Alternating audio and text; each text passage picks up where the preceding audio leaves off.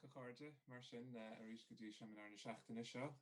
Beag Nicholas Wolf Lynn is méle bheith an chaint, dear me cúpla focail as gail ar dús agus an sin casime ar méle.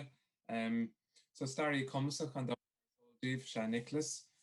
Tá graim an a bhaige ar ngaige taithí bhaige chomá ar na faoin si gail na leis. Leabharlaní agus taidiúr commasach.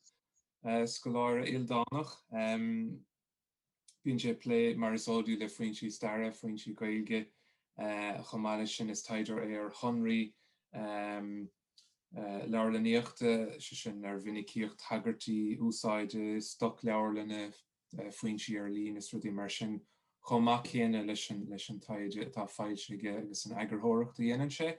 So mar sin le casa chomá ar an méle, mar sa méle bheith an chaint.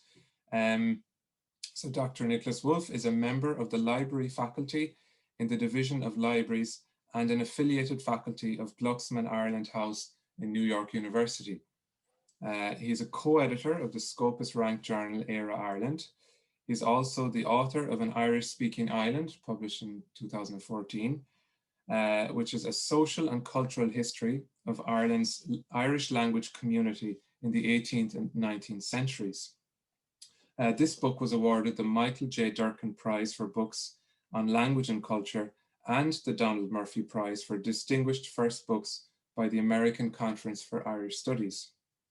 And Nicholas today will be talking at a fresh look that he has taken recently at census data from the 19th century. So mar sin thar ceann fiantar scoil na Gaeilge fáilte bhór rótaisteach Nicholas ar maidin de chain.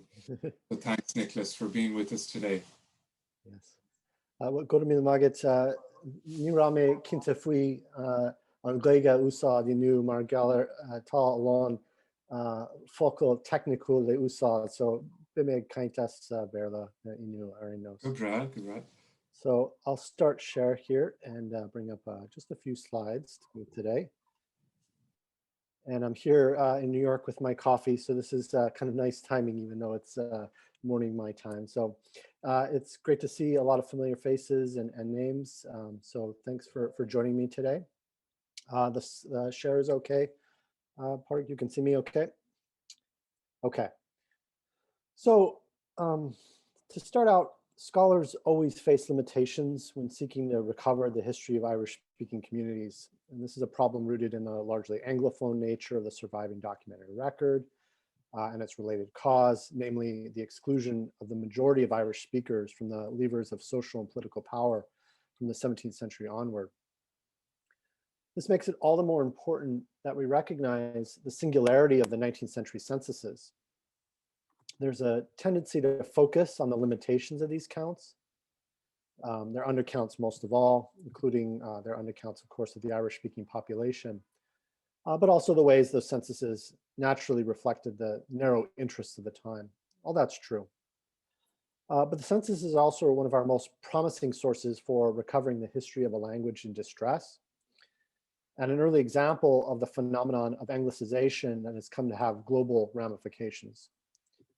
The Irish censuses from 1851 to 91 capture not only the story of the Irish language at one of several critical moments in its long history, but it's also one of the earliest well-documented histories of language anywhere on the globe. Consider, as Michal O'Glisson did in his Kestna Din Eire in 1996, that Ireland really has the earliest systematic capture of linguistic data through these censuses. So I have here a chart of earliest canvassing of language questions. You can actually check and ensure that this is correct. You can go to there's a census of censuses that was produced in the 1990s by two scholars, Doreen Goyer and Eliane Domschke, in which they looked at censuses going back into ancient times, looking at what variables they capture, what populations they were measuring. And in fact, the earliest question of any type on language comes from Belgium in 1846. And even there, it was, I think it was maybe just the householder only that they were asking. And it was also the granularity of the measurement changed from year to year. So it's only with the 1851 Irish census that we get a standardized, for the most part, unchanging means of asking this question every 10 years from that point forward. And of course, we have some other examples from the late 19th century, including 1891 for Wales, which is going to pop up a little bit later in my presentation today. So this is an incredibly rich source that we have here. And it's, I think, bears repeating that this is not a typical situation to have access to this type of source. I think it's important also because we, I think, tend to speak a little bit about, in too much generalities, about the timing, the rate, and the cause of language shift in Ireland. There's often a tendency among us scholars to talk about sort of national summaries of the status of the language, which obscures potential diversity in regional causes. We often treat the Irish case as one of a thick Irish language shift to English, when common sense would tell us that the experience of Irish speakers undergoing shift in the 17th century Ulster, for example, would differ markedly from that of late 19th century Cork. So I just always try to emphasize that we should speak of language shifts in the plural. Also, the proportion of overall population returned as knowing Irish is often given too much attention in comparison to the other more reliable variables. You know, we always talk about what is the proportion of the entire Irish population that has or is returned as either monolingual or bilingual Irish. And there are, of course, notable problems with that. On the other hand, when we're talking about, say, the age distribution or the gender distribution or the spatial breakdown, location breakdown, should we say, of those returned in the census, we're on far more solid ground. I'm going to argue repeatedly today. So we should shift that focus, I think, a little bit away from that proportion of total type of approach. Sometimes the historiography of the 19th century itself has also worked to kind of confound what should be kind of obvious lines of inquiry. To the extent there's been kind of major pivot points in the historiography of the history of the Irish language, one major contribution would be Maureen Wall's essay published in 1969, The Decline of the Irish Language, in which she helpfully challenged the simplified narrative, often pushed kind of in school texts and popular culture, that the challenge facing Irish language was entirely in the hands of Daniel O'Connell, the national school system, and the Catholic Church. Now, there's no doubt that the history of language shift in Ireland involves more than these three actors, right? And I very much sympathize with my fellow scholars of the 16th and the 17th and the 18th centuries who are always trying to point out the prominence in their respective era in the fortunes of the Irish language, right? So that's something that we should certainly recognize and support. But as I say, if we think about multiple language shifts, then we should also recognize that the 19th century still has important things to say. In fact, it's obviously a time one of the greatest demographic disruptions in Irish history, including a global outmigration of over 1 million that in fact was launched several decades prior to the famine, and more than 1 million excess deaths at mid-century. So we don't really give that disruption its due if we sort of think about this large picture, like what is the origins of language shift, or how does it unfold over 4 centuries? Okay, so I think it pays to look at the 19th century again. I like to use an essay that Sean Dufresne wrote called An Ghuairte agus an Ghaeilge in 1995. Of course, Dufresne is kind of the originator in some ways of the historiography, the serious historiography, shall we say, of the history of the Irish language, writing, both The Great Silence, right, which also has an Irish language version. But he notes in this essay, in response to those who say, well, there seems to be a prominent language shift in the 19th century that happens at the same time as the famine. And he says, ach níl de bhunas agam tuireach seo ach an méid seo gur tharla na rúdaí seo de bhar an ghuairte de bhrí gur tharla siad in ní an ghuairte. So this is presumed correlation between the two because one seems to have happened after the other. And Dufresne says, well, that's not enough, but we should recognize that it's very clear that the famine must have had an accelerant impact on language shift, at least in that period. So I think that's a compelling statement to make about it, and one we should keep in mind as we revisit these census records. So that's what I'm going to do today. I want to revisit those. I want to look at them in the context of kind of a global story, and look at different methods for approaching them. All right, so the difficulties of using the censuses are well documented. We know they're an undercount, most notably because the question about language was in an inconspicuous footnote on the 51 to 71 forms. And of course, there's other aspects to this, notably the stigma attached to the language in the 19th century, which would have led presumably people to underestimate their abilities or deny their abilities in it. There's the problem of the destruction of the original returns, mostly during World War I, which leaves us only with the published census table in the parliamentary papers. Right, so in a way, we're locked into the decisions made by those publishers in presenting the data. And there's also problems of changing spatial granularity. In particular, the decision was made in those tables to present language and education in the parish barony system, right? Which, in itself was an ideology, right? That the notion that the administrative units for that, for education in particular, were the parish, and therefore that data was presented in that form. By contrast, the age data was presented in the poor law system units of geography. So we had dispensary districts and district electoral divisions used to divide up and present that table. So it's very difficult to harmonize those just directly. Now those problems were partially solved, mostly through the work of Garrett Fitzgerald, just tremendous work that he did in his article in 1984, and then the subsequent article in 2003, looking at this data. And he was relying on the work of G.B. Adams from the 70s. And their work can kind of be summarized as the following. The solutions that they offered can be summarized as the following. One is that they treated the counts for each census year as a minimum count, which was wise, right? We know that this was a minimum or a floor to the count of Irish speakers. And they chose to focus especially on the 1881 census, right? In part because of that, the fact that the language question had been moved out of a footnote, but it was still early enough that they could use that to look for minimum sizes of cohorts in earlier ages. So therefore, as far back as the 18th century. The second thing that they did was or Fitzgerald in particular did, was harmonize those spatial units that I talked about.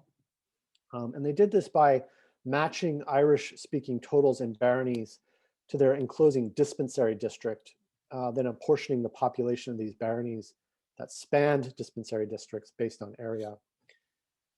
This is stuff that can be done, in 2 minutes on current software, but amazingly, they were doing this, as they describe it, using transparent overlays and paper maps. It was just a brilliant amount of work there that was done.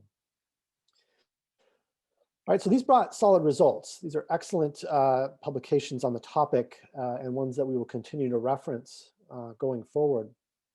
But there are some things that are left undone. So for example, Fitzgerald did not look at gender differences, which is one of the few variables available to us, and it's important that we take that into consideration. The other thing is that by choosing to use the 81 census as a means of going back in time in a way, right, looking at the proportions of earlier cohorts, it meant that Fitzgerald was not using the fact that this is tremendous longitudinal data. So what I mean here is that we have systematic counts for 51, 71, 81, 91, and so forth, measuring the very same population repeatedly. So it's like the very definition of strong, good quality longitudinal data. So the story of the second half of the 19th century, I think, is even more compelling as it is presented in this data.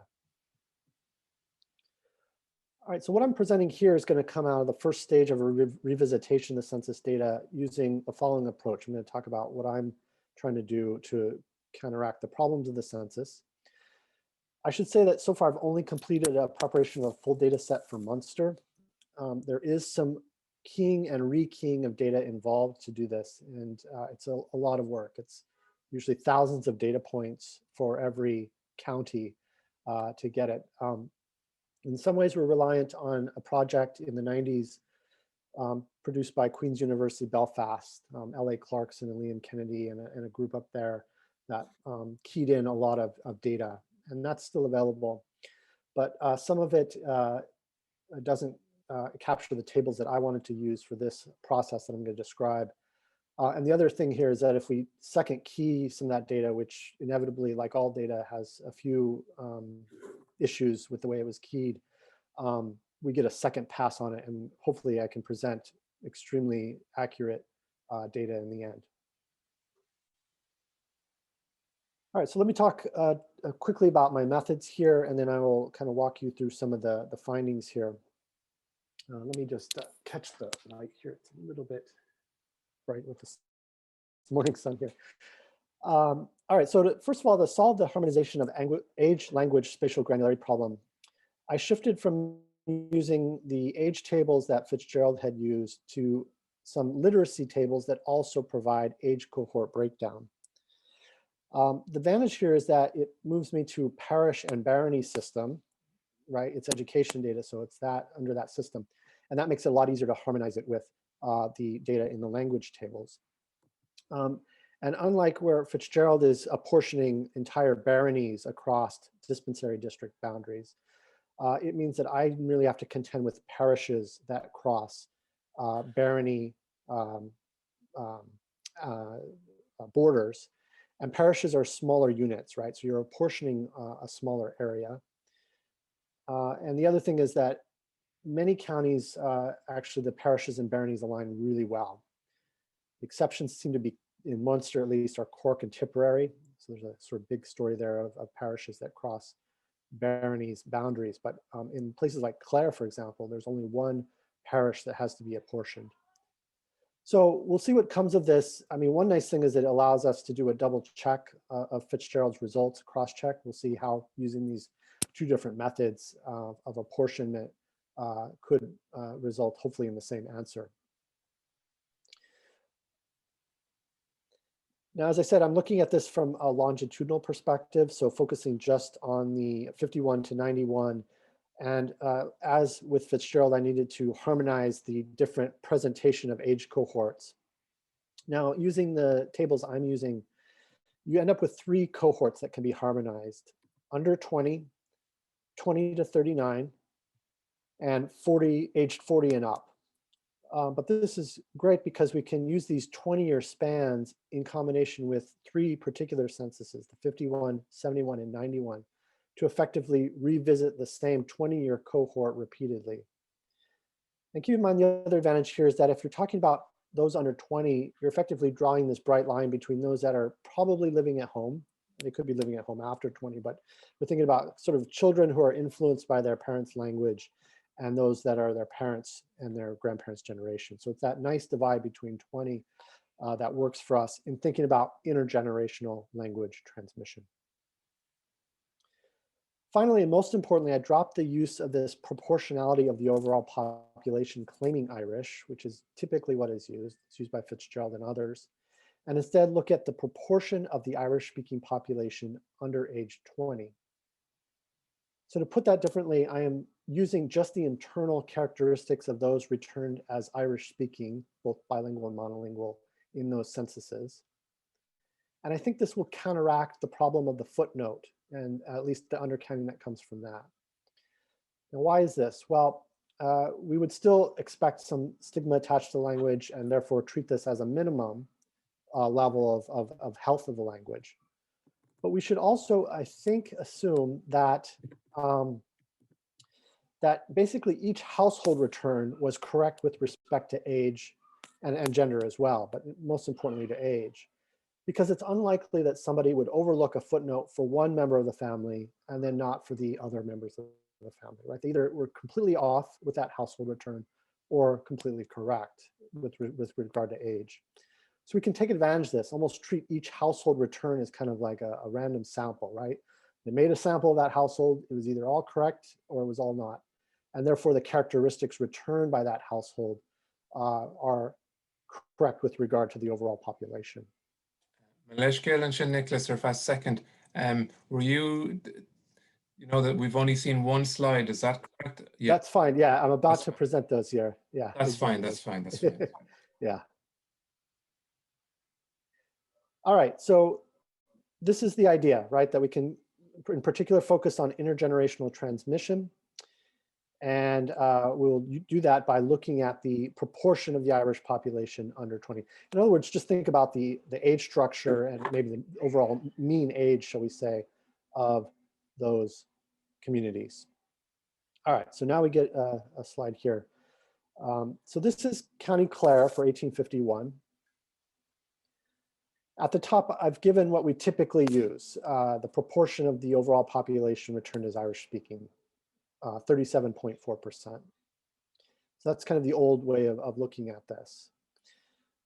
But what I'm going to do is look at this, what's typically a pyramid type of structure for age cohorts. In the reddish or pinkish left-hand bars are the proportion of each cohort that falls into that age range. So here on the far left, this is the 0 to 19, the under 20 cohort.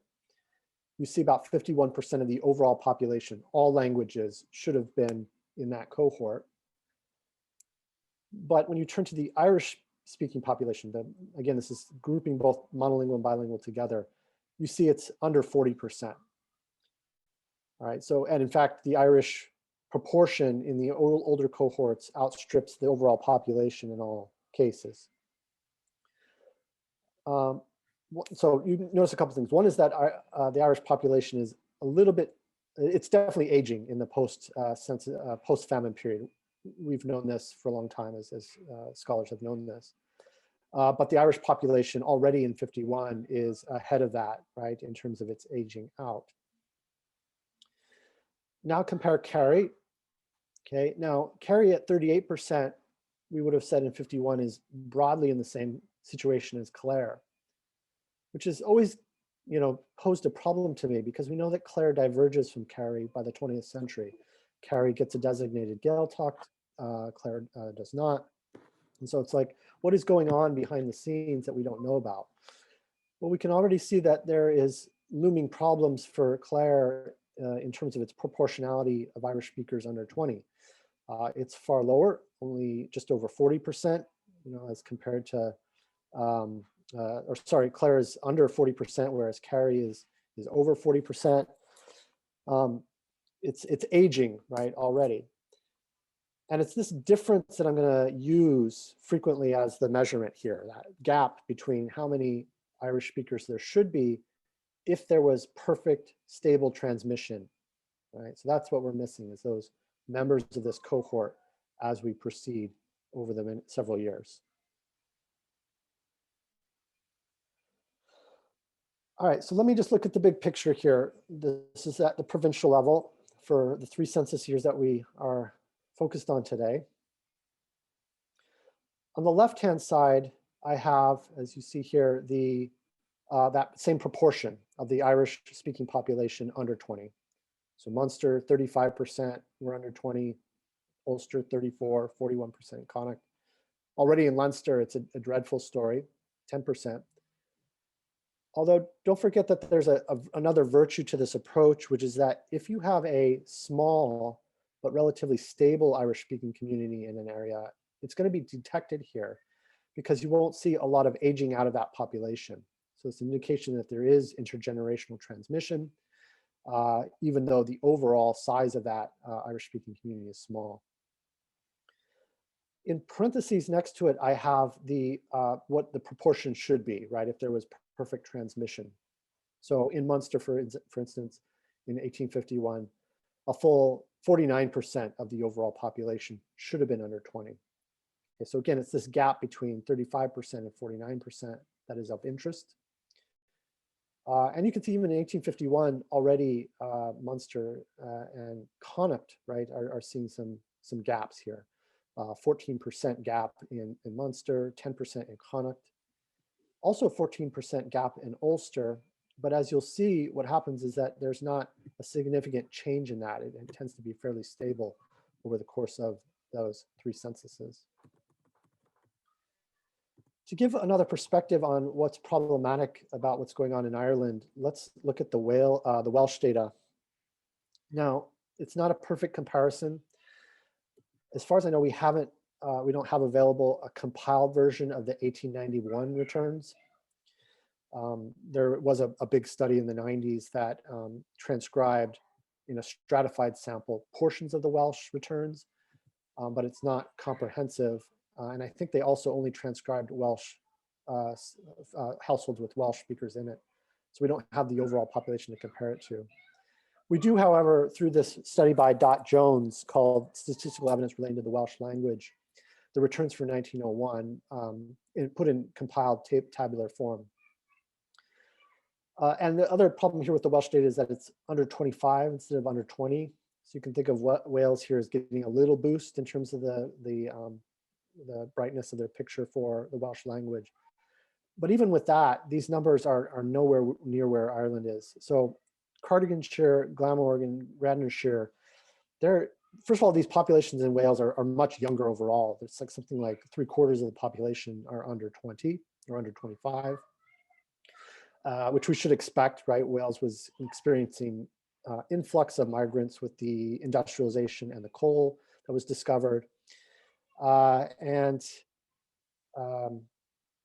But even so, the proportions of the Welsh speakers that are under 25 are track fairly similar to the overall population. In some ways, these are wonderful kind of 3 case studies here, because Cardiganshire is like your typical north and west of Wales, rural with a high proportion of Welsh speakers. You can see that there's no difference in the transmission rates based on its proportion under 25. Glamorgan in South Central Wales had been experiencing an influx of migrants or laborers to work the coal seams, but often from the rural hinterlands in Wales. So there's Welsh speakers that are moving to Glamorgan, and that helps sustain the youthfulness, say, of this population. But even a worst case scenario for Wales in 1901, Radnorshire, we have 61% under 25. And that's an anglicizing county on the eastern side there. Even there, the picture is better than the worst case scenario in Ireland in the 19th century. So I sympathize with the notion of Ireland having some similarities to other language shifts, but here you can see kind of the dire situation that's being revealed in the data.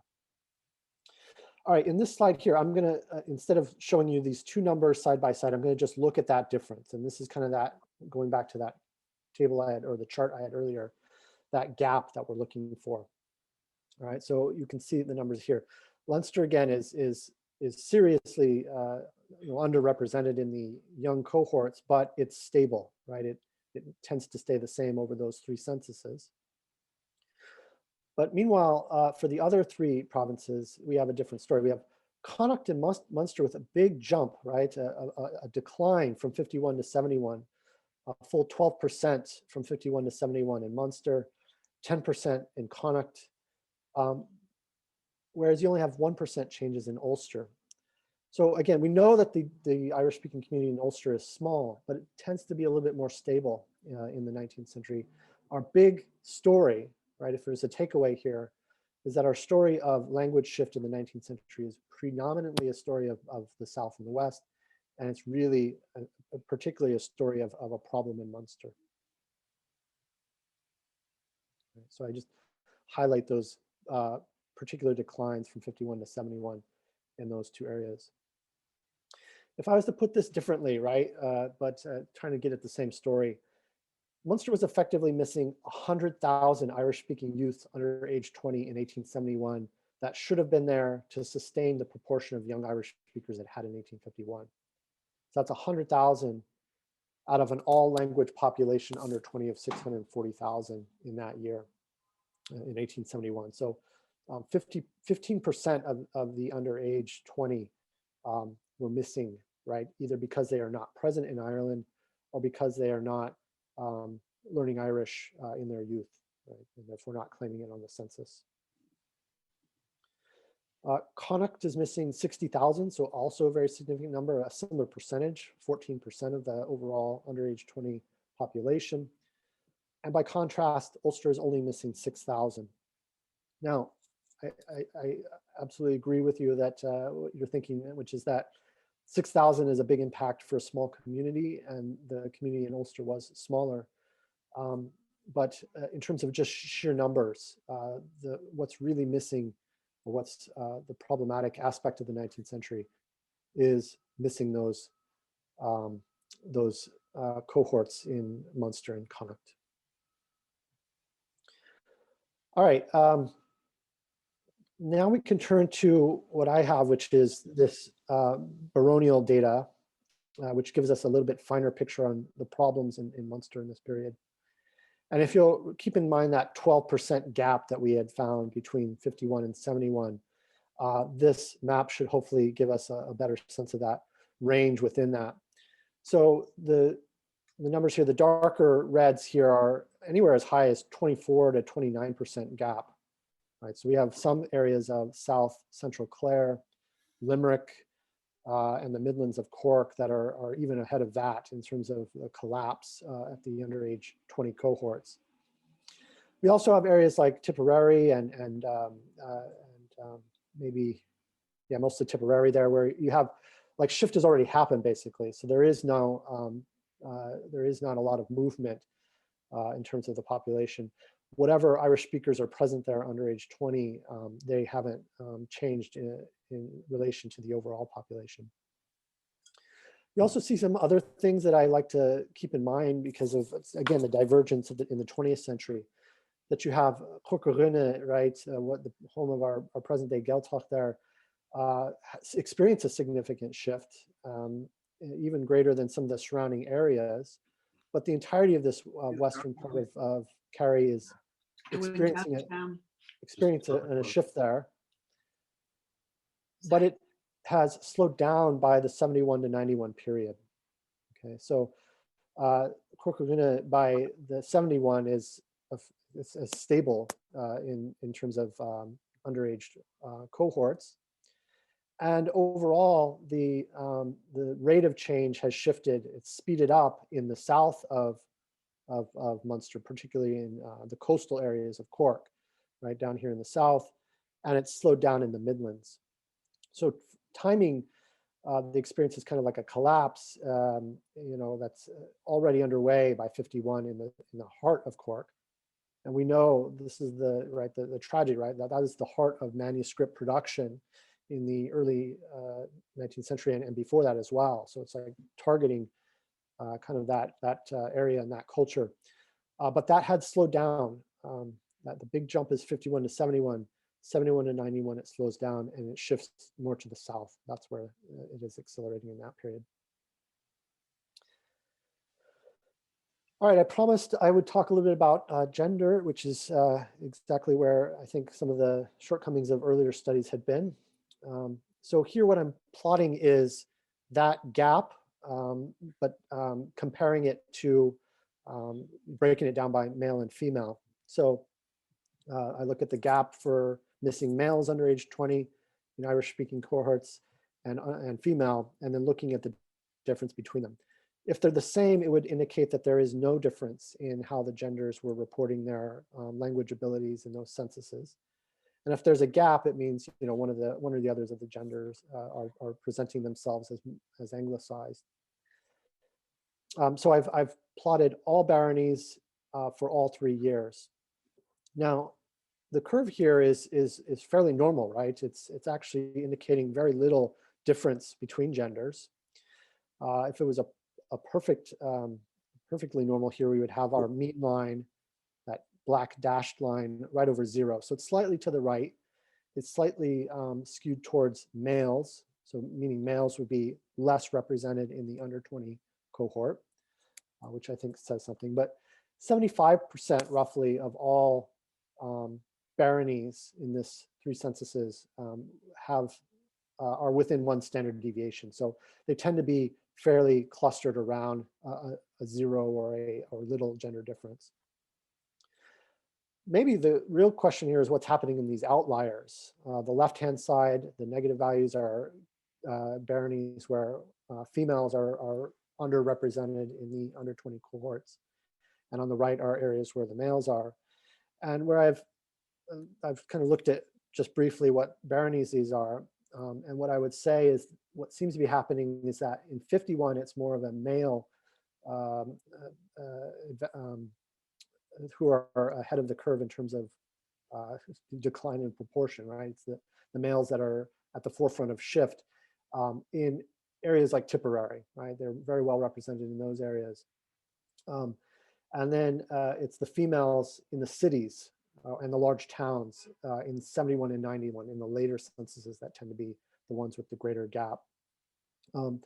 So there's a little bit more to unpack there that I haven't gotten to yet. I mean, part of this is what drives up the gap is the absence of the other gender, right? So it's not just about who might be leading the shift, but also who's absent in those outliers.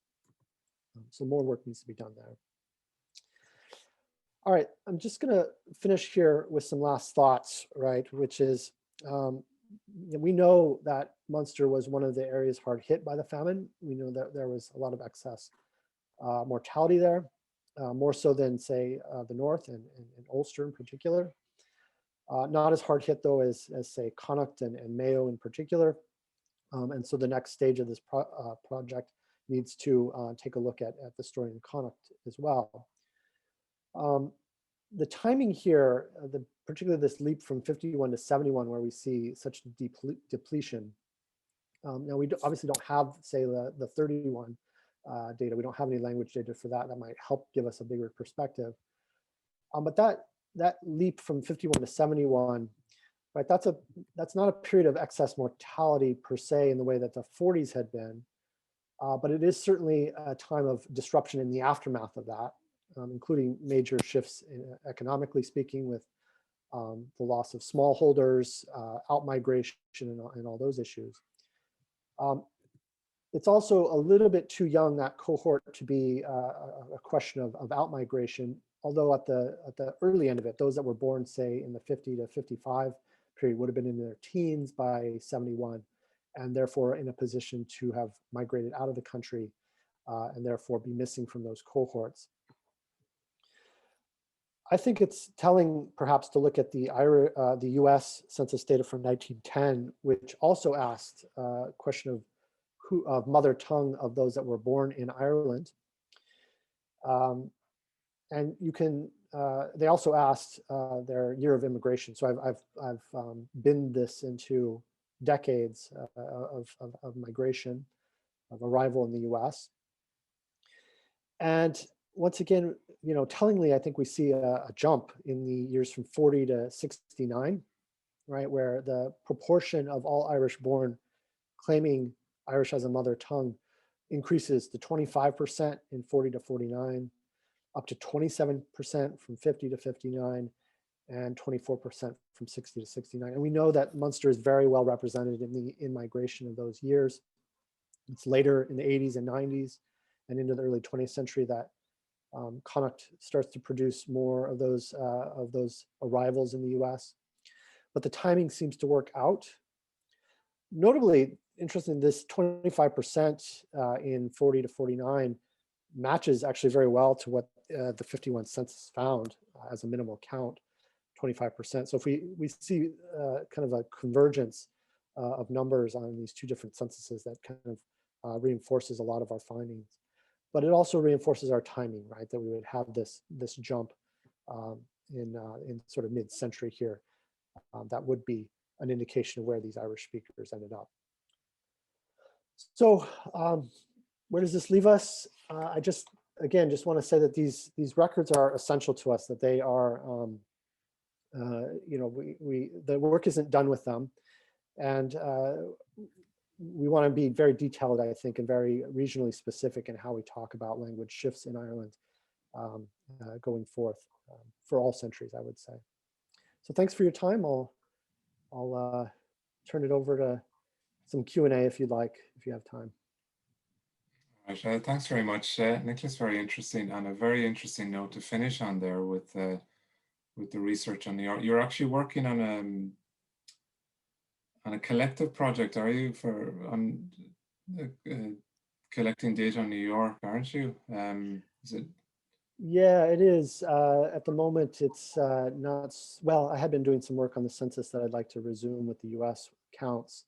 Some of the work I'm doing is a little bit less census oriented. It's right now, for example, I'm working on a set of bank records that were owned by Ulster immigrants from the early 19th century. It's been kind of interesting, but yeah, there's a lot of data out there to collect, and if you use responsibly, I think can help us recover a bit of this history. Okay, thanks, Nicholas. Yeah, so any questions for Nicholas? I see this welcome outside presence as well today. So, I'll leave it open to questions, please.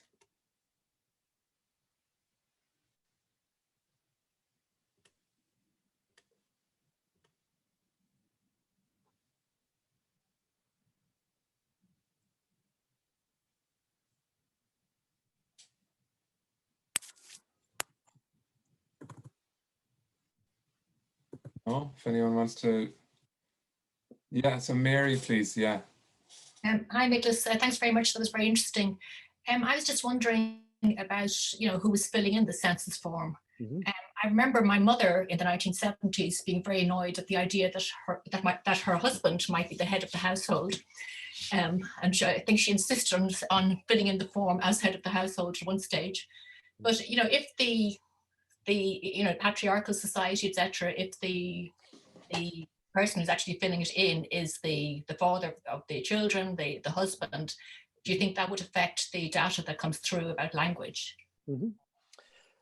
Yeah, potentially, because their language attitudes could very well affect how they present themselves.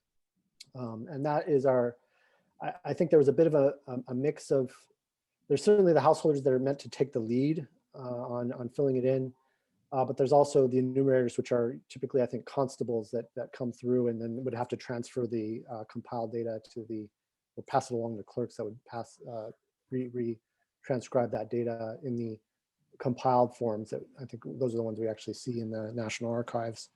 But yeah, I mean, that's the possibility. But I guess the point I'm trying to make is that it's going to be all one way or all the other, right? Either they will undercount in their indication on the household form, or they will be accurate, but they probably will not be. There will be no collection bias in favor of certain ages within the household.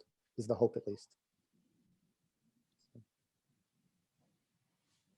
I've been trying to do some research into that as well, Mary, because I want to know exactly kind of those circumstances and any anecdotes about how that went down. And so I've been working right now with some of the administrative records of the census, but unfortunately they tend, as you might expect, not to be very granular, right? They talk a lot about the money required for carrying out the census. There's some really interesting things about the clerks, including the female clerks that were working in the census office to compile some of that information. At least by the end of the century, there were female clerks as well. So that's part of the story here, but I haven't found exactly what I'm looking for some of that evidence. We have two further questions, Noel and then Stephen, please. Yeah, good morning, Patrick. Nicholas, thanks very much for a very interesting talk.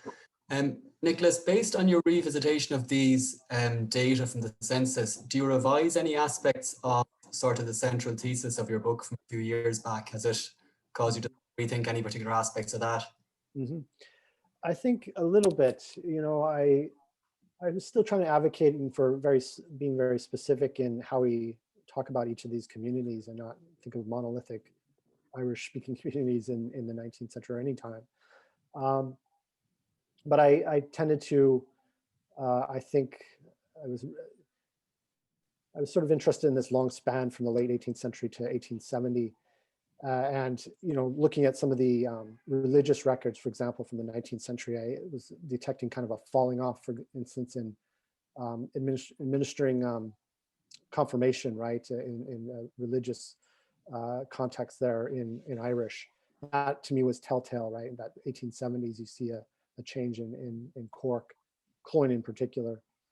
But I think it's, yeah, I feel like I did not, I think, give enough attention, right, to this post-famine real problem, I think, in those areas. And it hadn't been really clear, I think, until even looking at that provincial table once I compiled that, that to me stands out. I'd always said, what was going on in Ulster would have been broadly similar to what was happening maybe in Munster, for instance. And I don't think that's the case. Yeah. Thank you. Right, to Stephen, there you have a question. Yeah, thanks for that, Nick. It's absolutely fantastic. I love census records. Just following on from what Mary was saying, I mean, I've done work on the Manx speakers in the 1901 census in the Isle of Man. And in those early days, you could buy full sets of the census returns, the enumerators books on CD, which is very difficult when you're starting to use the online sources where you just tend to get the page for a particular individual or a particular family. And you do notice that the enumerators do write down the numbers of schedules they had to complete themselves. Okay. But what you don't get, of course, you don't get the extra granularity of which ones they in, but you can then get a particular sense then of as to clearly on not just dropping the forms off and then returning to pick the forms up, but they are then also then having to go around to households and fill the forms in on there as well. And I'll just make one comment as well. When I was looking at the census figures for the Isle of Man, and you get that granularity, I was struck. Perhaps it's very obvious to you, but it wasn't obvious to me at first. As you suddenly look at the numbers of people who are returned as Manx speakers, and then you look at the numbers who are males, and then you look at the numbers of males who are unmarried. And obviously, if you are an unmarried male speaker of Manx Gaelic, you're not going to be able to form a family in order to transmit the language through. So I was looking at somebody said, this actually looks rather good here. There's a good cohort here of older native speakers. Maybe the reason why there's no transmission of the language as recorded in the census is because the children are no longer in the household, that you'd have to look for them elsewhere in the island. If they're still in the island, they haven't gone to America. Most of the Manx went to Ohio. And then you suddenly say, oh, hang on, no, these people are unmarried, so they're not going to be able to form families. So that's something that I hadn't just like one of those sort of light bulb moments that should have gone on a little bit earlier. But thanks for that. Yeah, that's a good reminder, because I had done a lot of work on the 1901 returns for Ireland in the doctoral thesis back in the day, and I haven't revisited that data yet, but that's the type of granularity you actually need, is to look at conjugal units and to what extent you have single parent families and what is the different story, depending on whether it's a female head of household or a male in terms of transmission. And so that's a big part of the story there. The other thing that your comment reminds me of, and I don't know if you saw this in your case, but it certainly was identified by in the Welsh cases, Dot Jones talks about in her book.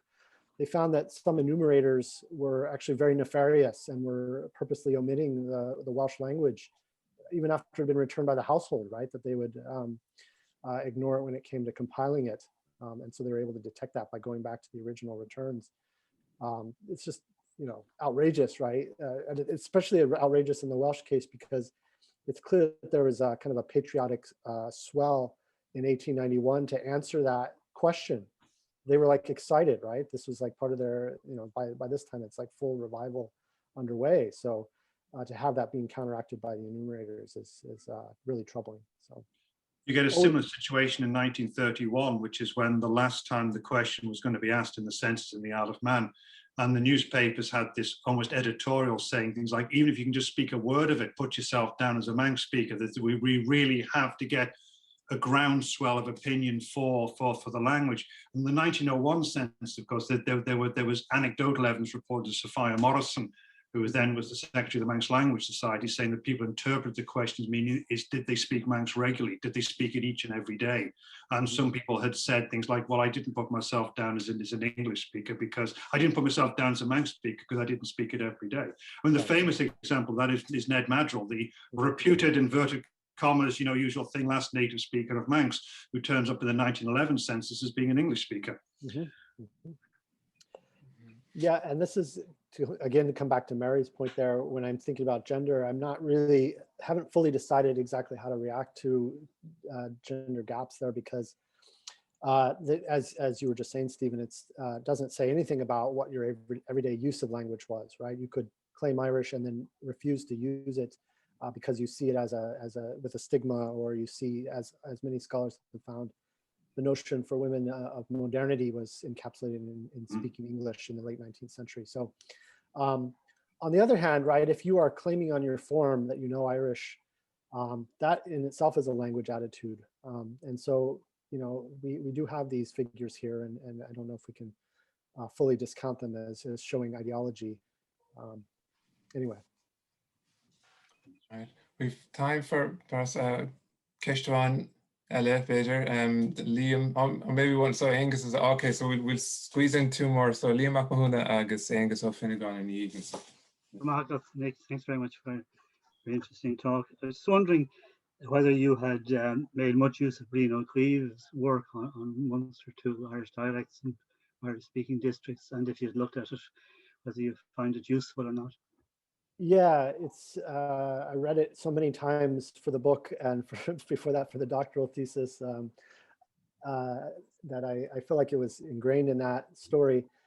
But now I think I need to go back to some of these. You know, you read them again after you look at the numbers, and I feel like I need to revisit some of those, because that and you know, his publications in